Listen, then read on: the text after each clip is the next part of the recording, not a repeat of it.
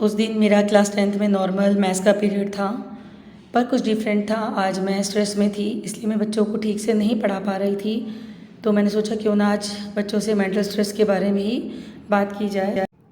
पता है, हम अपने आसपास की सफाई करने के लिए तो इतने बड़े बड़े कैंपेन चलाते हैं और बहुत ध्यान रखते हैं कि मतलब बिल्कुल सफाई मिले हमें। लेकिन मुझे लगता है कि सबसे पहले हमें अपने मन के कचरे को बाहर निकालना बहुत ज़रूरी है, क्योंकि जैसे ही हमारे मन का कचरा यानी कि स्ट्रेस कम होगा तो हम दूसरी नई चीज़ें सीख पाएंगे या चाहे हम मन से पढ़ाई कर पाएंगे।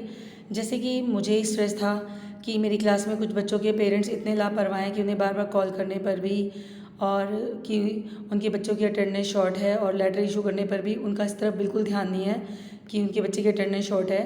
पर वो ये नहीं सोचते कि अगर एक टीचर सिर्फ सारा दिन अपनी एनर्जी इसमें लगाएगा तो फिर वो क्लास में पढ़ाएगा कब। तो मैंने इन बच्चों को ऐसे ही अपना स्ट्रेस बाहर निकालने को कहा।